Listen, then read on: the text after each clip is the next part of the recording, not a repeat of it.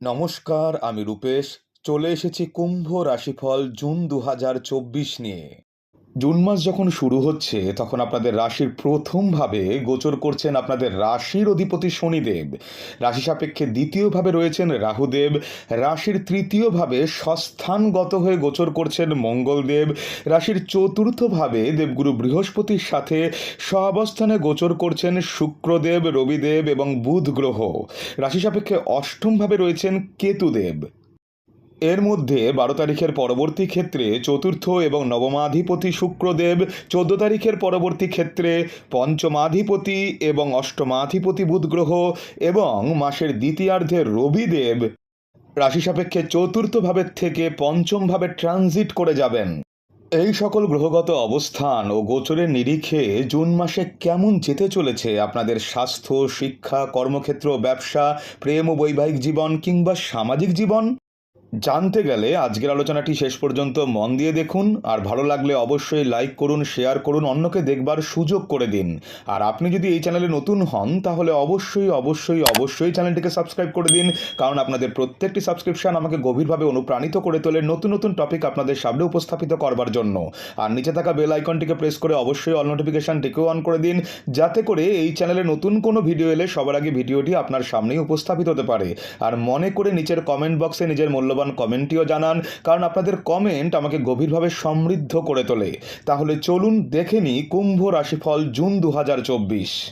প্রথমেই দেখে নিই এই মাসে আপনাদের স্বাস্থ্যভাবের দিকটি কেমন থাকতে চলেছে।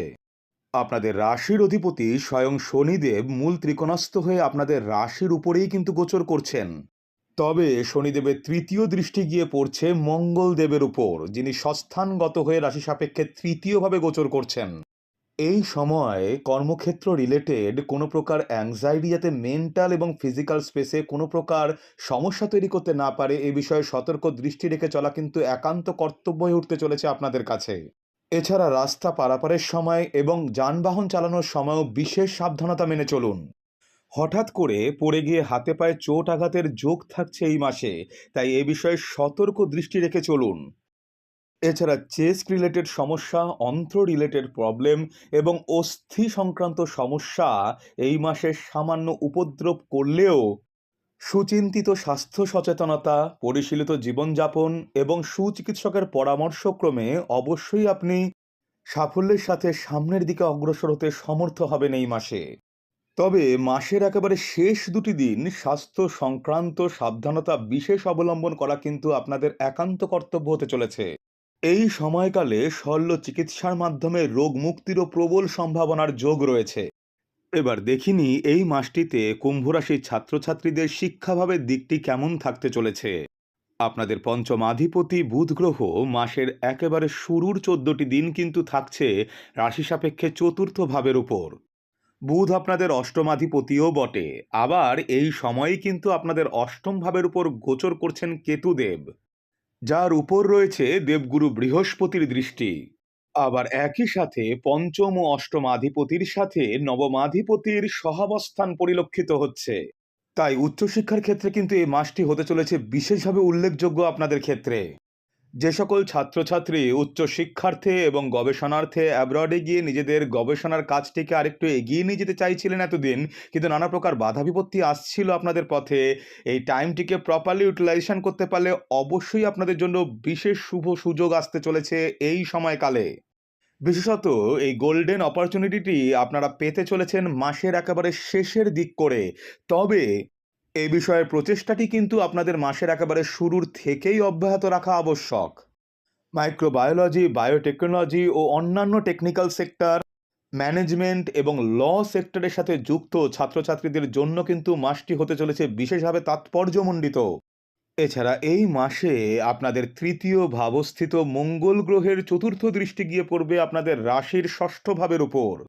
ফলে যে সকল ছাত্রছাত্রী দীর্ঘদিন ধরে কোনো না কোনো কম্পিটিটিভ এক্সামের জন্য প্রচেষ্টা করছিলেন ক্র্যাক করবার, কিন্তু নানা রকম বাধা বিপত্তি আসছিল আপনাদের পথে, কিছুতেই ক্র্যাক করে ওঠা সম্ভবপর হচ্ছিল না আপনাদের জন্য, মাসটিকে প্রপারলি ইউটিলাইজ এবং কানেক্ট করতে পারলে অবশ্যই কিন্তু আপনাদের জন্য ওয়েট করতে চলেছে গোল্ডেন অপরচুনিটি এই সময়কালে। এবার দেখিনি এই মাসটিতে আপনাদের কর্মক্ষেত্র এবং ব্যবসায়িক ক্ষেত্রের দিকটি কেমন থাকতে চলেছে। ব্যবসা এবং কর্মক্ষেত্রের দিক থেকে হয়ে উঠতে চলেছে অত্যন্তভাবে তাৎপর্যমণ্ডিত আপনাদের জন্য এই মাসটি। আপনাদের দশমাধিপতি মঙ্গলদেব স্বস্থানগত হয়ে মাসের শুরু থেকেই তৃতীয় ভাবে গোচর করছেন রাশি সাপেক্ষে। আর ওনার চতুর্থ দৃষ্টি গিয়ে পড়ছে আপনাদের রাশির ষষ্ঠ ভাবের উপর। আর ওনার উপর থাকছে আপনাদের রাশির অধিপতির দৃষ্টি। ফলে সব মিলিয়ে এই সময়কালে কর্মক্ষেত্রে গোপন শত্রুতা অব্যাহত থাকলেও আত্মপ্রত্যয়, দক্ষতা, কর্মকুশলতা এবং কমিউনিকেশনের মাধ্যমে কর্মক্ষেত্রে সকল প্রকার বাধা বিপত্তি কাটিয়ে আপনি সামনের দিকে সাফল্যের সাথে অগ্রসর হতে সমর্থ হবেন।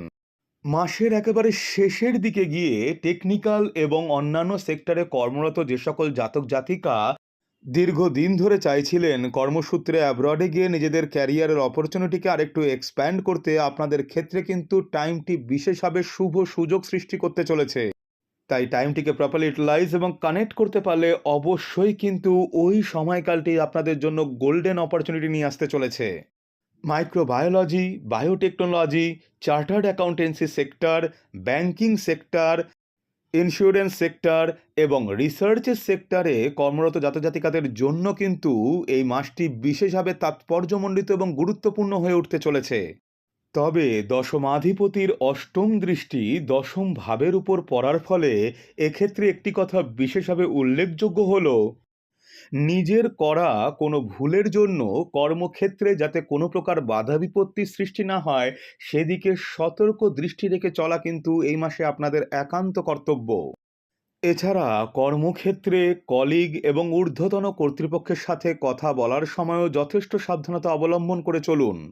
ছোটখাটো বাকবিতণ্ডা থেকে সৃষ্টি হওয়া বৃহত্তর সমস্যা যাতে কোনোভাবেই আপনাদের ওয়ার্ক প্লেসে কোনো প্রকার প্রবলেম ক্রিয়েট করতে না পারে, এ বিষয়ে বিশেষ সাবধানতা অবলম্বন করে চলুন। আর ব্যবসায়িক ক্ষেত্রে যুক্ত জাতক জাতিকাদের জন্যও কিন্তু এই মাসটি বিশেষভাবে তাৎপর্যমণ্ডিত এবং উল্লেখযোগ্য।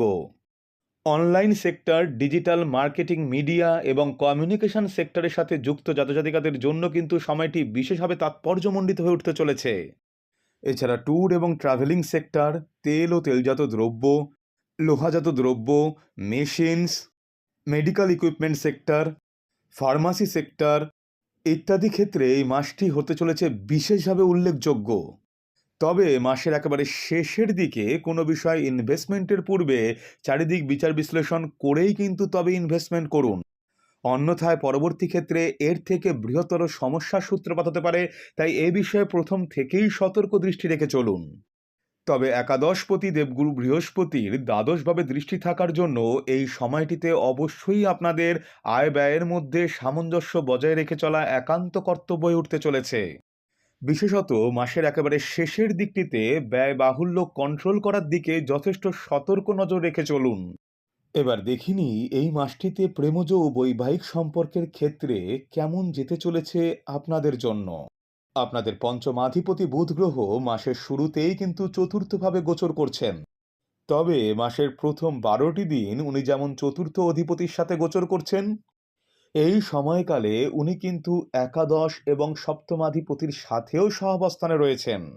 এই সময়কালে যেমন নতুন কোনো প্রেমজ সম্পর্কের সূত্রপাত হওয়ার সম্ভাবনা রয়েছে, তেমনিভাবে যারা অলরেডি প্রেমজ সম্পর্কে রয়েছেন অতিরিক্ত আত্ম অহংকারকে প্রশ্রয় না দিলে আপনাদের প্রেমজ সম্পর্কের মধ্যে মাধুর্য কিন্তু ধীরে ধীরে বৃদ্ধিপ্রাপ্ত হতে চলেছে এই সময়কালে। ছোটখাটো বাকবিতণ্ডা যেন কখনোই বৃহত্তর সমস্যার রূপ ধারণ করতে না পারে এ বিষয়ে সতর্ক নজর রেখে চলুন। এছাড়া প্রেমজ সম্পর্কের বৈবাহিক সম্পর্কে রূপান্তরিত হওয়ারও কিন্তু বিশেষ যোগ সৃষ্টি হতে চলেছে এই সময়কালে। আর যারা বৈবাহিক সম্পর্কে রয়েছেন আপনাদের ক্ষেত্রেও কিন্তু এই মাসটি হতে চলেছে বিশেষভাবে তাৎপর্যমণ্ডিত। আপনাদের সপ্তমাধিপতি মাসের শুরুর দিকটিতে অর্থাৎ প্রথমার্ধে গোচর করছেন রাশি সাপেক্ষে চতুর্থভাবে। আর মাসের দ্বিতীয়ার্ধে উনি আপনাদের রাশির পঞ্চম ভাবগত হতে চলেছেন। আর ওনার সাথে দ্বিতীয়ভাবে রাহুর এনার্জি নিয়ে দেবগুরু বৃহস্পতি সহাবস্থানে রয়েছেন। কুটুম্ব এবং আত্মীয় স্বজনদের মধ্যে বিরোধিতার ফলে কোনোভাবেই যাতে আপনাদের দাম্পত্য জীবনে কলহ এবং বাকবিতণ্ডার সূত্রপাত না হতে পারে এ বিষয়ে সতর্ক নজর রেখে চলা কিন্তু এই মাসে আপনাদের একান্ত কর্তব্য হতে চলেছে। তাছাড়া কোনো অবাঞ্ছিত তৃতীয় ব্যক্তির উপস্থিতিও কিন্তু এই সময়কালে আপনাদের দাম্পত্য সম্পর্কের মধ্যে সমস্যা সৃষ্টি করতে পারে। তাই এই বিষয়ে অবশ্যই সতর্ক দৃষ্টি রেখে চলুন। বৈবাহিক সম্পর্কের মধ্যে অতিরিক্ত ইগোকে প্রশ্রয় না দিয়ে উপযুক্ত দায়িত্ব কর্তব্য বোধের সাথে সম্পর্ককে সামনের দিকে এগিয়ে নিয়ে যেতে পারলে তবেই কিন্তু সম্পর্কের বন্ধন অটুট এবং অব্যাহত থাকবে। আশা করি আজকের আলোচনা আপনাদের ভালো লেগেছে। খুব শিগগিরই ফিরে আসছি এই চ্যানেলে আপনাদেরই কাছে নতুন কোনো ইন্টারেস্টিং টপিক নিয়ে। আপনাদের জীবনের সুখ সমৃদ্ধি কামনা করে আজকের আলোচনা তাহলে এখানেই শেষ করলাম। ভালো থাকুন, সুস্থ থাকুন, ধন্যবাদ।